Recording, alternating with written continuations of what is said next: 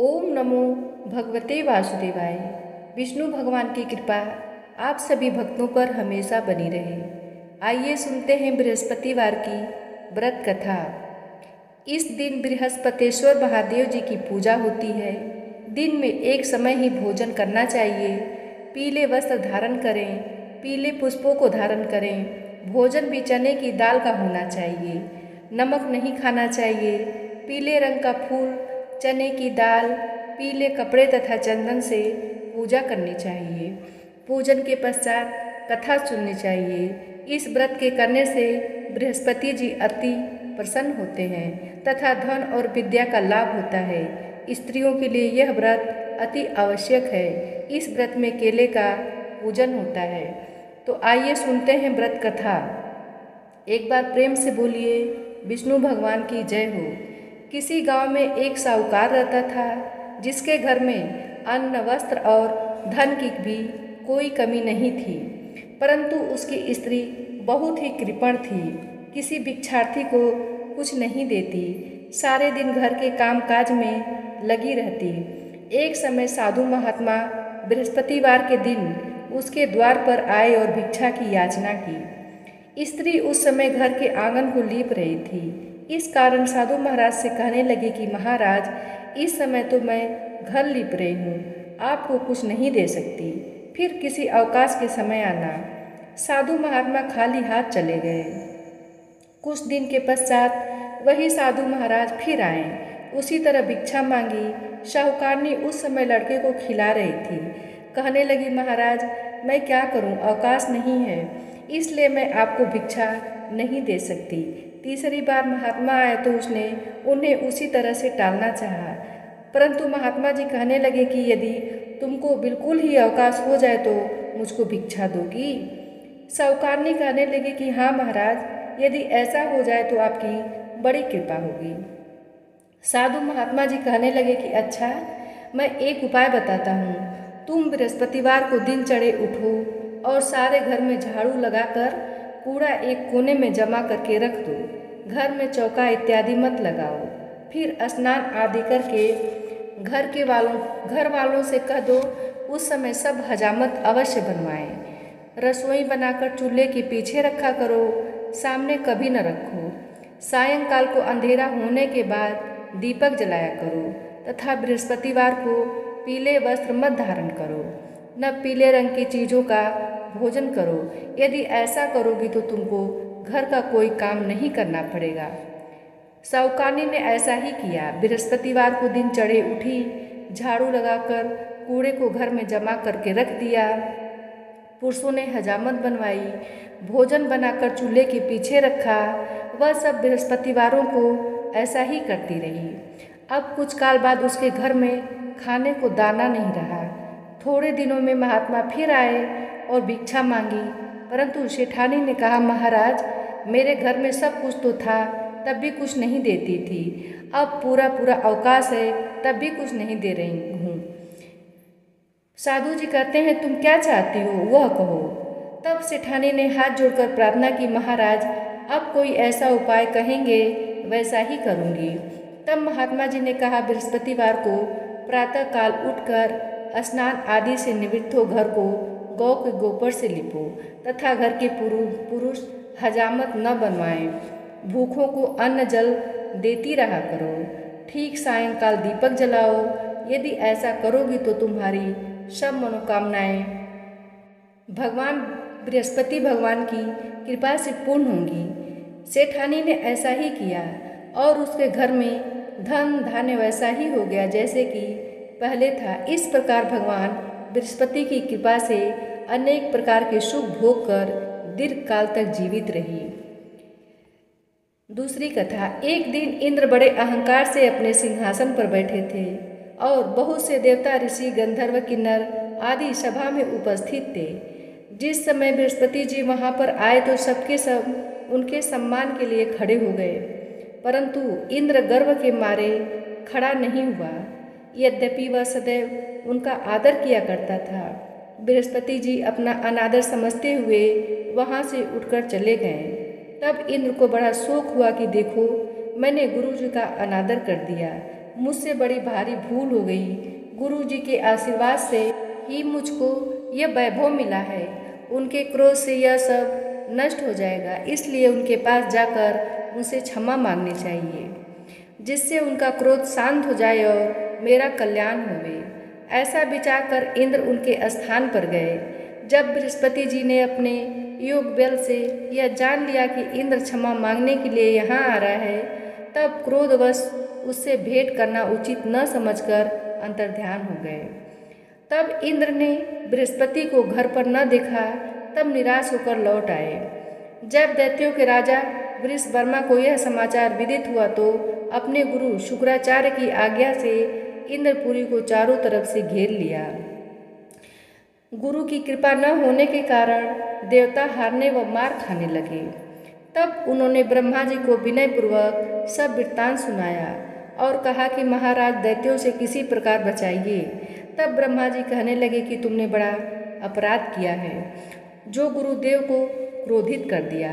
अब तुम्हारा कल्याण इसी में हो सकता है कि त्वष्टा ब्राह्मण का पुत्र विश्वरूपा बड़ा तपस्वी और ज्ञानी है, उसे अपना पुरोहित बनाओ तो तुम्हारा कल्याण हो सकता है। यह वचन सुनते ही इंद्र त्वष्टा के पास गए और बड़े विनीत भाव से त्वष्टा से कहने लगे कि आप हमारे पुरोहित बनिए, जिससे हमारा कल्याण हो। तब त्वष्टा ने उत्तर दिया कि पुरोहित बनने से तपोबल घट जाता है, परंतु तुम बहुत विनती करते हो, इसलिए मेरा पुत्र विश्वरूपा पुरोहित बनकर तुम्हारी रक्षा करेगा। विश्वरूपा ने पिता को आज्ञा से पुरोहित बनकर ऐसा यत्न किया कि हरि इच्छा से इंद्र वृषवर्मा को युद्ध में जीतकर अपने इंद्रासन पर स्थित हो गए। विश्वरूपा के 3 मुख थे। एक मुख से वह सोमपल्ली लता का रस निकाल पीते थे, दूसरे मुख से वह मदिरा पीते थे, तीसरे मुख से अन्न आदि भोजन करते थे। इंद्र ने कुछ दिनों उपरांत कहा कि मैं आपकी कृपा से यज्ञ करना चाहता हूँ। तब विश्वरूपा की आज्ञा अनुसार यज्ञ प्रारंभ हो गया। तब एक दैत्य ने विश्वरूपा से कहा कि तुम्हारी माता दैत्य की कन्या है, इस कारण हमारे कल्याण के निमित्त एक आहुति दैत्यों के नाम पर भी दे दिया करो, तो तुम्हें अति उत्तम बात हो जाएगी। विश्वरूपा उस दैत्य का कहा मानकर आहुति देते समय दैत्य नाम भी धीरे से लेने लगा। इसी कारण यज्ञ करने से देवताओं का तेज नहीं बढ़ा। इंद्र ने यह सारा वृत्तांत जानते ही क्रोधित होकर विश्वरूपा के 3 सर काट डाले। मद्यपान करने से भंवरा, सोमपल्ली पीने से कबूतर और अन्न खाने से मुख से तीतर बन गया। विश्वरूपा के मरते ही इंद्र का स्वरूप ब्रह्म हत्या के प्रभाव से बदल गया। देवताओं के 1 वर्ष पश्चाताप करने पर भी ब्रह्म हत्या का वह पाप न छूटा, तो सब देवताओं की प्रार्थना करने पर भी ब्रह्मा जी बृहस्पति के सहित वहाँ आए। उस ब्रह्म हत्या के 4 भाग किए, उनमें से 1 भाग पृथ्वी को दिया। इसी कारण कहीं कहीं धरती ऊंची नीची और बीज बोने के लायक भी नहीं होती है। साथ ही ब्रह्मा जी ने यह वरदान दिया कि जहाँ पृथ्वी में गड्ढा होगा, कुछ समय पाकर स्वयं भर जाएगा।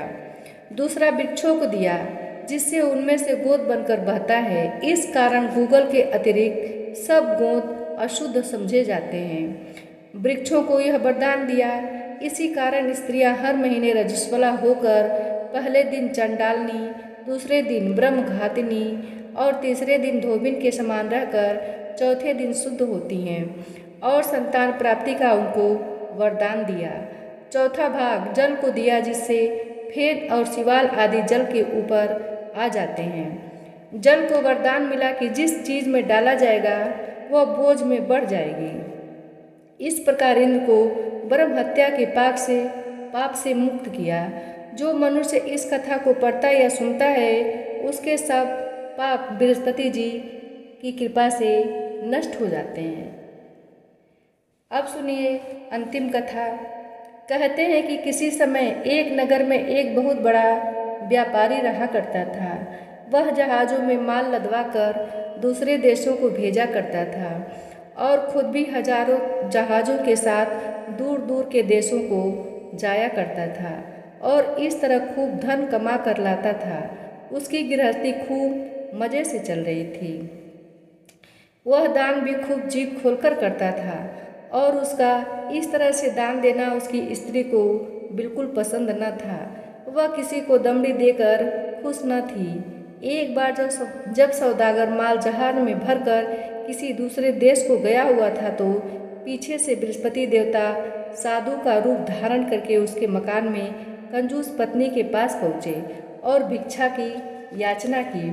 उस व्यापारी की पत्नी ने बृहस्पति देवता से कहा, महात्मा जी, मैं तो इस दान पुण्य से बहुत तंग आ गई। मेरा पति अपना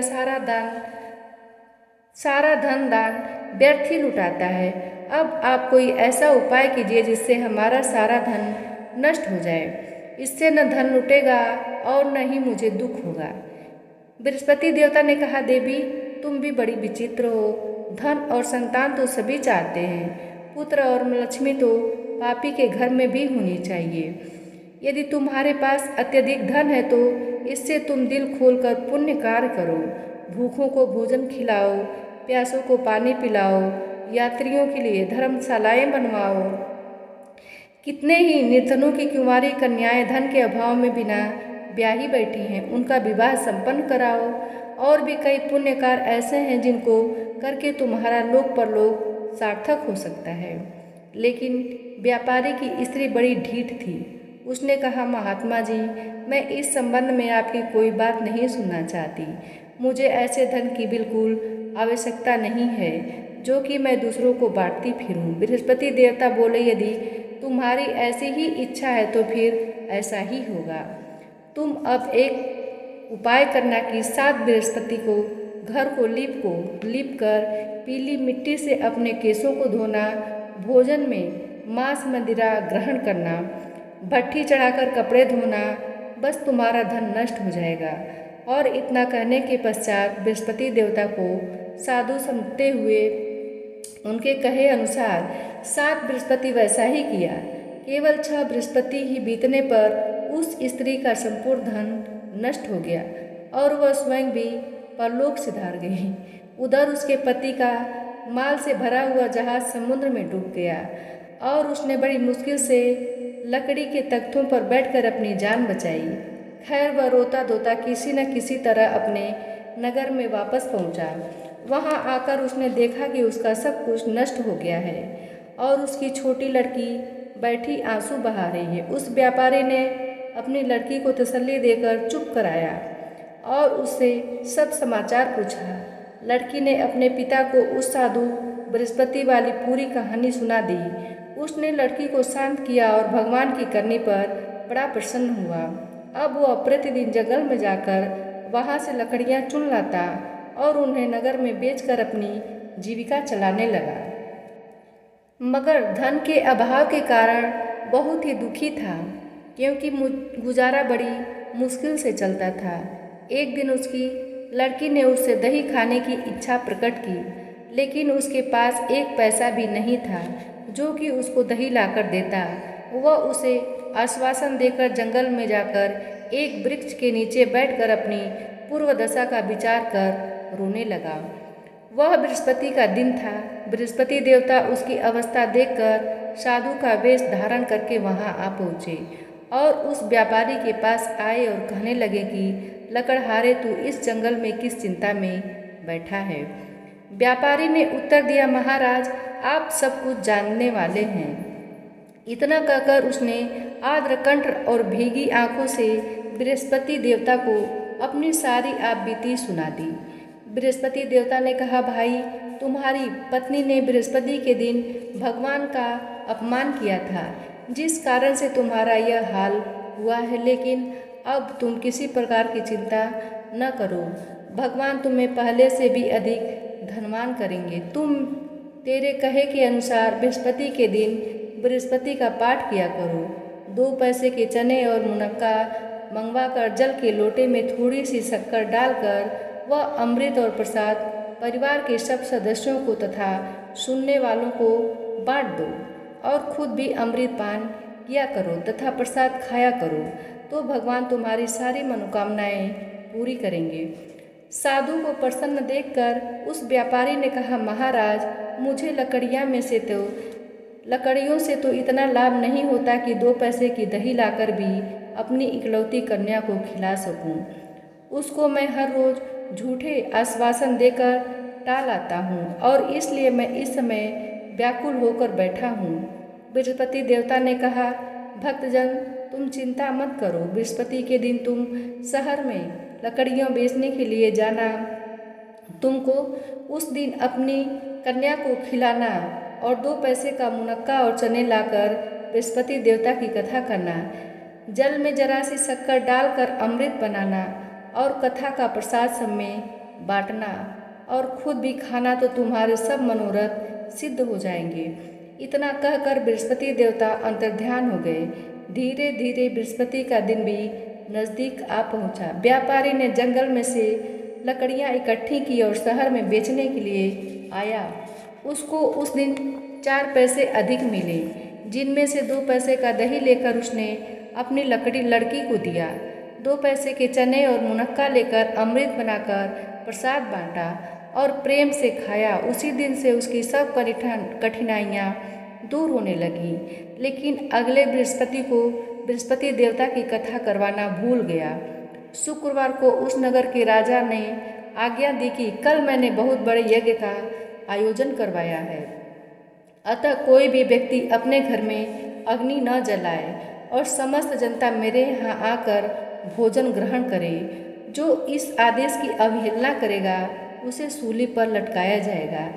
राजा की आज्ञा अनुसार अगले दिन सब लोग राजा के महल में भोजन करने के लिए गए, लेकिन वह व्यापारी और उसकी लड़की दोनों की तनिक विलम्ब से पहुँचे। अतएव राजा ने उन दोनों को अपने महल के अंदर ले जाकर भोजन करवाया। जब वो पिता पुत्री भोजन करके वापस आ गए तो महारानी की दृष्टि उस खूंटी पर पड़ी जिस समय उसका नौलखा हार टंगा हुआ था। उस खूंटी पर अब हार नहीं था। उसको विश्वास हो गया कि उसका हार लकड़हारा और उसकी लड़की ने ही ले गए हैं। तत्काल सिपाहियों को बुलाकर दोनों बाप बेटी को कैद में डाल दिया गया। कैद खाने में पड़कर दोनों बाप बेटी अत्यंत दुखी हो गए। वहाँ उन्होंने बृहस्पति देवता का स्मरण किया। बृहस्पति देवता वहाँ प्रकट हो गए और कहने लगे, भक्तराज, तुम पिछले सप्ताह बृहस्पतिवार की कथा करना भूल गए थे, इसलिए तुम्हारा यह हाल हुआ है। अब तुम किसी प्रकार की चिंता न करो। बृहस्पति के दिन कैद खाने के दरवाजे पर 2 पैसे पड़े मिलेंगे। तुम उसे उठाकर मुनक्का और चने मंगा लेना। फिर विधि पूर्वक बृहस्पति देवता का पूजन तथा कथा करवाना। बस फिर तुम्हारे सब दुख दूर हो जाएंगे। और जब बृहस्पति का दिन आए तो उस व्यापारी को जेल के मुख्य द्वार के पास 2 पैसे पड़े मिले। बाहर सड़क पर एक औरत जा रही थी। व्यापारी ने कहा कि वह बाजार से उसके 2 पैसे के चने और मुनक्का लाकर दे दे ताकि मैं बृहस्पति देवता की कथा करवा सकूं। उस औरत ने कहा कि मैं अपने बहू के कपड़े सिलाने जा रही हूँ, अतः मैं तुम्हारे बृहस्पति देवता को क्या जानूँ। इतना कहकर वह औरत वहाँ से चली गई। थोड़ी देर के पश्चात वहाँ से एक और स्त्री निकली। व्यापारी ने उसे बुलाकर प्रार्थना की, बहन, तुम मुझे बाजार से 2 पैसे के चने और मुनक्का लाकर दे दो। मुझे बृहस्पति देवता की कथा करवानी है और प्रसाद बांटना है। वह स्त्री बृहस्पति देवता का नाम सुनकर गदगद होकर बोली, बलिहारी जाऊं वीर भगवान के नाम, मैं तुम्हें अभी मुनक्का और चने लाकर देती हूँ। मेरा इकलौता बेटा मर गया है तो उसके लिए कफन लेने जा रही थी, मगर अब पहले तुम्हारा काम करूँगी और उसके बाद बेटे के लिए कफन लाऊंगी। फिर उस व्यापारी से 2 पैसे लिए और बाजार से चने और मुनक्का ले आई और स्वयं भी बृहस्पति देवता की कथा समाप्त होने के पश्चात वह कफन लेकर अपने घर की ओर रवाना हुई। देखती क्या है कि लोग उसके बेटे की लाश लेकर राम नाम सत्य है कहते हुए श्मशान की ओर जा रहे हैं। स्त्री ने उन लोगों से कहा कि मुझे अपने बेटे का मुख तो देख लेने दो। लोगों ने अर्थी को पृथ्वी पर रख दिया। स्त्री ने अपने पुत्र के मुख में प्रसाद और अमृत डाला। प्रसाद और अमृत के मुख में पड़ने के साथ ही लड़का उठ खड़ा हुआ और अपनी माता के गले से लग गया। दूसरी स्त्री जिसने बृहस्पति देवता का निरादर किया था, जब वह पुत्र के विवाह के लिए कपड़े लेकर लौटी और जब घोड़ी पर सवार होकर बाजे गाजे से बारात में निकला तो घोड़ी ने ऐसी छलांग मारी कि वह धरती पर आ गिरा और बुरी तरह से घायल हो गया और कुछ ही क्षण के पश्चात उसकी मृत्यु हो गई। तब वह स्त्री रो रो कर बृहस्पति देवता से कहने लगी कि हे देव, मेरा अपराध क्षमा करो। उसकी प्रार्थना सुनकर भगवान श्री वीर साधु का रूप धारण करके वहां आए। उस स्त्री से कहने लगे, अधिक रोल मचाने की कोई आवश्यकता नहीं है। तुमने बृहस्पति देवता का निरादर किया था, जिसका परिणाम तुम्हें यह मिला है। अब भी तुम जेल खाने जाकर उस भक्त से क्षमा की याचना करो और उससे बृहस्पति देवता की कथा सुनो। इससे सब कुछ ठीक हो जाएगा। वह स्त्री फिर जेल खाने पहुंची और मुख्य द्वार के पास जाकर उस व्यापारी से मिली। हाथ जोड़कर कहने लगी, भक्तराज, मैंने तुम्हारा कहा नहीं माना और तुम्हें मुनक्का और चने लाकर नहीं दिए। इससे बृहस्पति देवता मुझसे रुष्ट हो गए, जिसके कारण मेरा इकलौता बेटा घोड़ी पर से गिरकर मर गया है। उन्होंने कहा, माता तू चिंता न कर, बृहस्पति देवता सब कल्याण करेंगे। तुम अब अगले बृहस्पति को आकर बृहस्पति देवता की कथा सुनना। तब तक अपने बेटे के शव को फूल, इत्र तथा घी आदि वस्तुओं में डालकर रख दो। स्त्री ने ऐसा ही किया। बृहस्पति का दिन आ पहुंचा। 2 पैसे के मुनक्का और चना लेकर पवित्र जल का लोटा भरकर जेल के द्वार पर आई और श्रद्धा के साथ बृहस्पति देवता की कथा सुनी।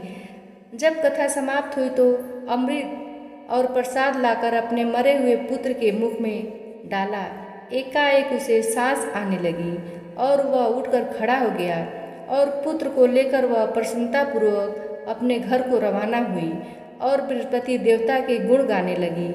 और उसी दिन रात्रि में राजा को बृहस्पति देवता ने स्वप्न में आकर दर्शन दिए और कहा कि हे राजन, तूने जिस व्यापारी और उसकी लड़की को जेल में बंद कर रखा है वह निर्दोष है। अब दिन निकलने के साथ दोनों को जेल से रिहा कर दो। तेरी रानी का नौलखा हार उस खूंटी पर लटक रहा है। दिन निकला तो रानी ने अपना हार खूंटी पर लटका हुआ देखा। राजा ने उस व्यापारी तथा लड़की दोनों को रिहा करके वस्त्र धारण करवाकर अपराध के लिए क्षमा याचना की और उसको अपना आधा राजपाट देकर तथा उसकी पुत्री का उच्च कुल में विवाह संपन्न करवाकर दहेज में अनमोल हीरे व जवाहरात दिए।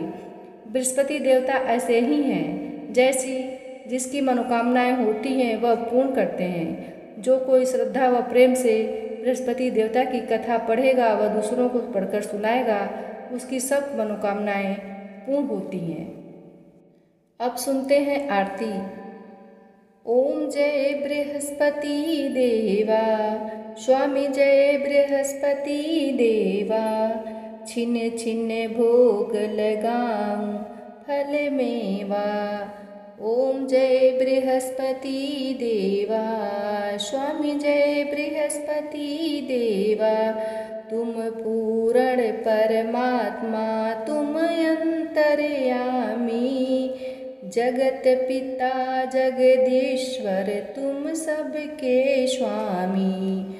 ओम जय बृहस्पति देवा, स्वामी जय बृहस्पति देवा। चरणामृत निज निर्मल, सब पातक हरता। सकल मनोरथ दायक, कृपा करो भरता। ओम जय बृहस्पति देवा, स्वामी जय बृहस्पति देवा। तन मन धन अर्पण करे, जो मन सज्जन शरण पड़े। प्रभु प्रकट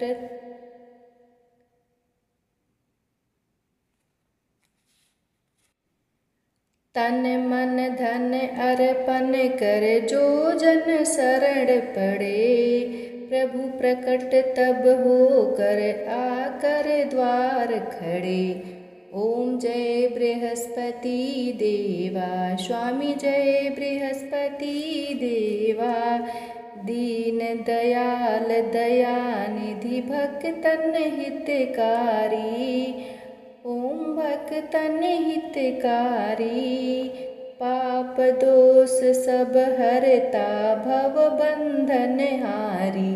ओम जय बृहस्पति देवा, स्वामी जय बृहस्पति देवा। सकल मनोरथ दायक सब संशय हारी, विषय विकार मिटाओ संतन सुखकारी। ओम जय बृहस्पति देवा, स्वामी जय बृहस्पति देवा। जो कोई आरती तेरी प्रेम सहित गावे, जेठानंद आनंद करे सो निश्चय पावे। ओम जय बृहस्पति देवा, स्वामी जय बृहस्पति देवा। दोस्तों, अगर कथा पसंद आई हो तो एक लाइक अवश्य करें। चैनल पे नए हो तो सब्सक्राइब कर हमें सपोर्ट ज़रूर करें। मिलते हैं अगली कथा में, तब तक के लिए धन्यवाद।